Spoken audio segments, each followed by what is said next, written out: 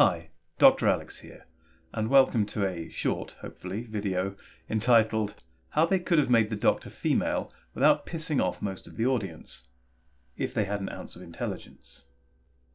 I should start by saying the proviso, if they had an ounce of intelligence, precludes the hiring of Chinball and his assorted clown car of writers. But if we accept that proviso as given, then I can think of at least 3 different ways they could have done it, without wrecking canon, the basics of storytelling, or common sense, and thereby alienating most of their audience. Now, you might think it strange that someone who has spent so long rewriting the catastrophes of seasons 11 and 12 into something competent and good, and with a male Doctor, would even contemplate making the Doctor a woman. And while I might prefer to retain the Doctor in his historic male form, as a matter of personal preference, this does not mean I'd reject a Doctor Who series where the role was fulfilled by a strong female character, if it had been done with good writing in characterization and narrative structure, basic storytelling competence, which is of course where current Doctor Who repeatedly falls short. And so I have devised at least 3 different ways, with many distinct alternatives within each setup. I don't know why, but I'm picturing Chris Chibnall right now as the Scarecrow from The Wizard of Oz. Anyway, here are the logical ways we could have done it, roughly in descending order of narrative sense, even if not necessarily my preference, as you will discover shortly. Option 1. Let the Doctor die. Kill him if you have to. Now, this option is the most sensible, narratively speaking, but I would not have liked it, because it would have deprived us of one of the greatest, if not the greatest actors to take on the role of the Doctor in the modern era, i.e. Peter Capaldi. An undeniably great actor, even if somewhat hamstrung by Moffat's flagging writing towards the end of his run. In this proposed scenario, at the end of Matt Smith's 11th Doctor run, on Trenzalore, I'm dying. the Doctor should have died of old age. All regeneration spent. This preserves the narrative tension, allowing Time Lords to be taking an actual risk by putting their lives in danger, as it preserves an endpoint, i.e. death. And whoever took over would also share that sense of risk, of danger.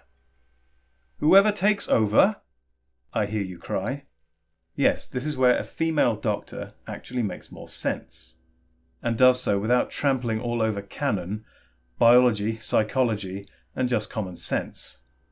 Now, before I launch into describing the sub-scenarios within this first example, I should point out here that I'm only using on-screen canon as canon, so no extended universe stuff, no books, no audio adventures, none of that is being taken into account. I'm only going on what we see in Doctor Who on screen as being canon. Now, I realise some people might object to this, but I'm taking into account that the general audience will have only experienced Doctor Who via the TV show, and not through any of these other sources of information and lore. And my main concern here is to generate scenarios which would be acceptable to the general audience. So, option 1A, within our first scenario of the dead Doctor, is allow the Doctor's daughter to take over. Yes, she's out there somewhere. Now, again, if she's been killed off in the extended universe, then I'm not aware of it, and also I don't care for the purposes of this because the general audience doesn't know it either. But you would simply have to insert her somewhere into the 11th Doctor's final story, and some sort of plausible mechanism could be written with a modicum of imagination and intelligence on the part of the writers. Et voila! One brand new female Doctor. She would take over the title of the Doctor, take custody of the TARDIS, and Bob's your uncle, or possibly aunt, new adventures with a new Doctor who happens to be a woman. And nobody's canon was broken. It seems sensible at this point to make an aside into transgender Time Lords.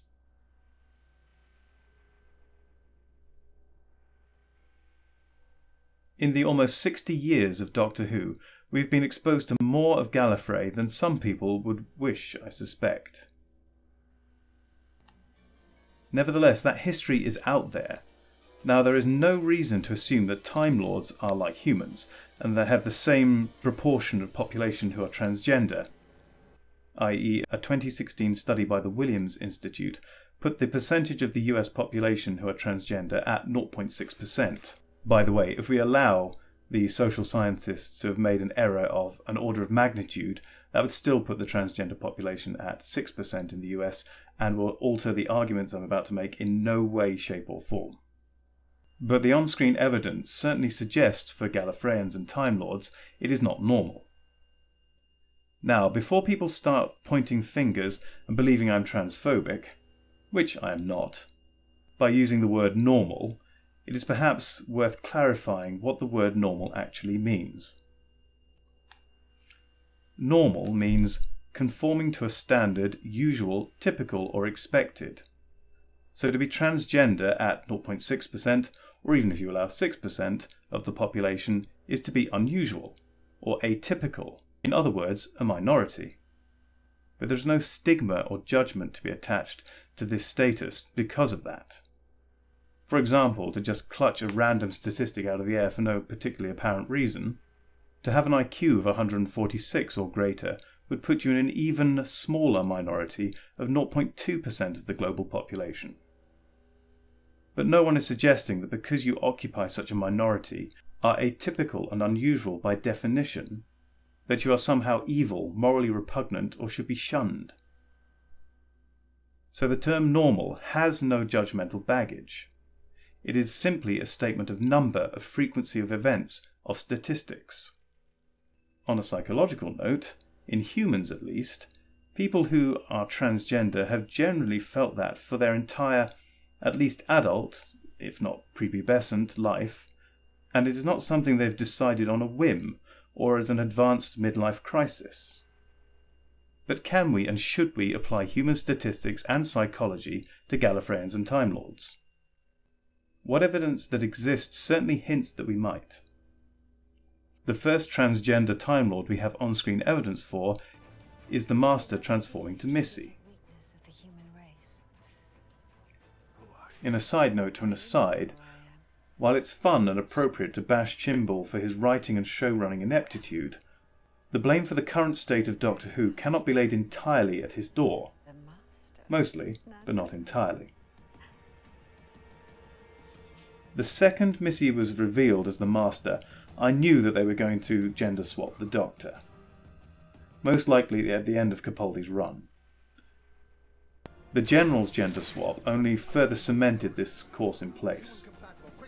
Both of these stories were written under Moffat's stewardship, clearly laying the groundwork for the current path of Doctor Who. And doing so well before Chimble took over. So whatever rotten produce you're storing to pelt Chimble with, keep a small bucket aside for Moffat. So for now, let's just gloss over the fact that having a Time Lord psychopath using a gender swap to conceal their identity and evade capture in order to continue their reign of chaos and mayhem might not be the most positive transgender role model for the time being. Let us instead focus on the unusualness of the change of gender. From the Doctor's horrified reaction, it certainly suggests that he was utterly unprepared for it.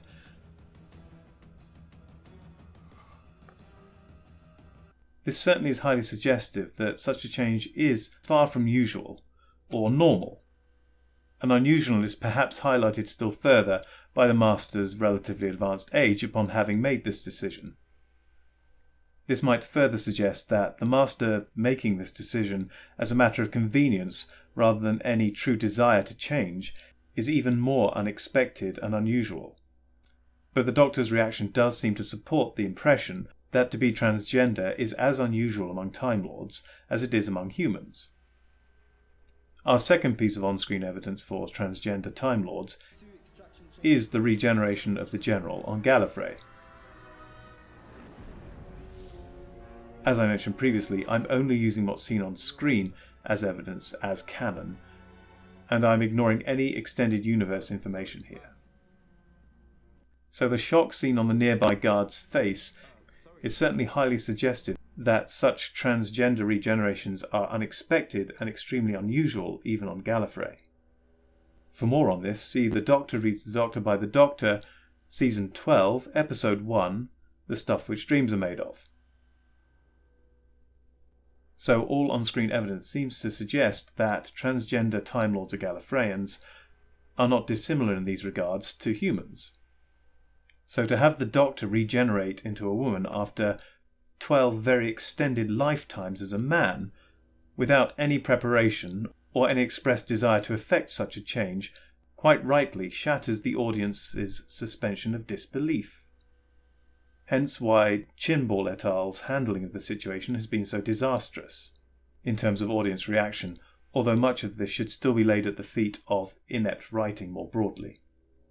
So, back to how it should have and could have been done. If the Doctor's daughter was not to be chosen, then who else?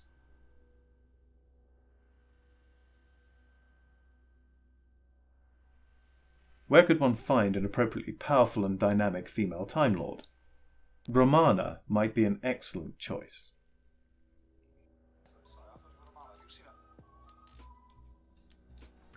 Now it's possible, of course, she may have been killed in the extended universe, but as I've already said multiple times, I'm ignoring the extended universe. I'm not actually aware of if she's been killed or not in the extended universe, and as far as the general audience is concerned, she's still alive and exists, so we can use her. Again, she would have to be written into the final Doctor story, but again, a simple enough task for a competent writer. You are an idiot. Romana adopts the title of Doctor out of respect for her dear departed friend, and away she goes.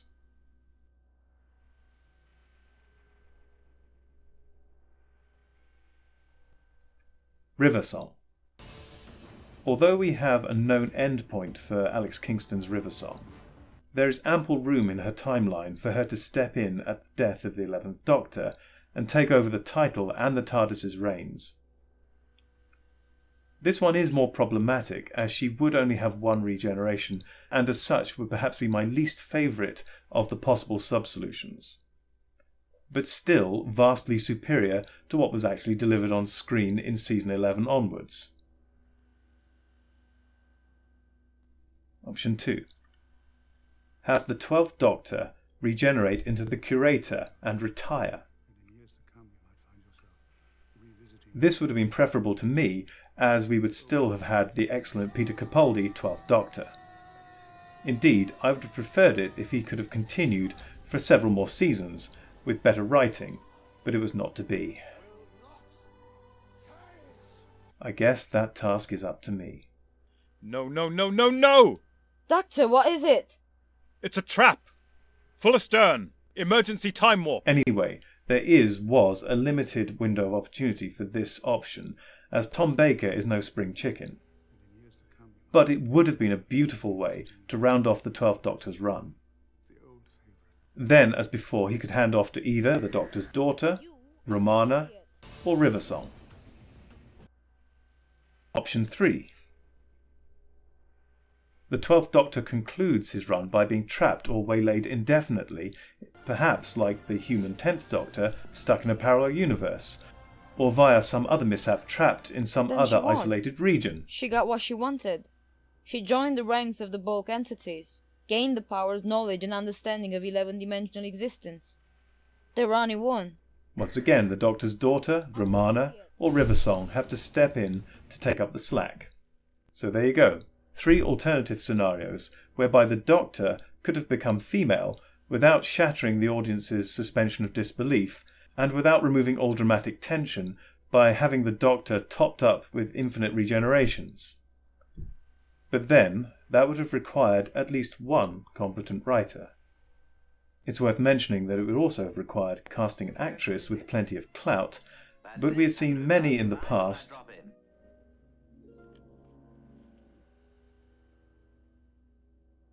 and present,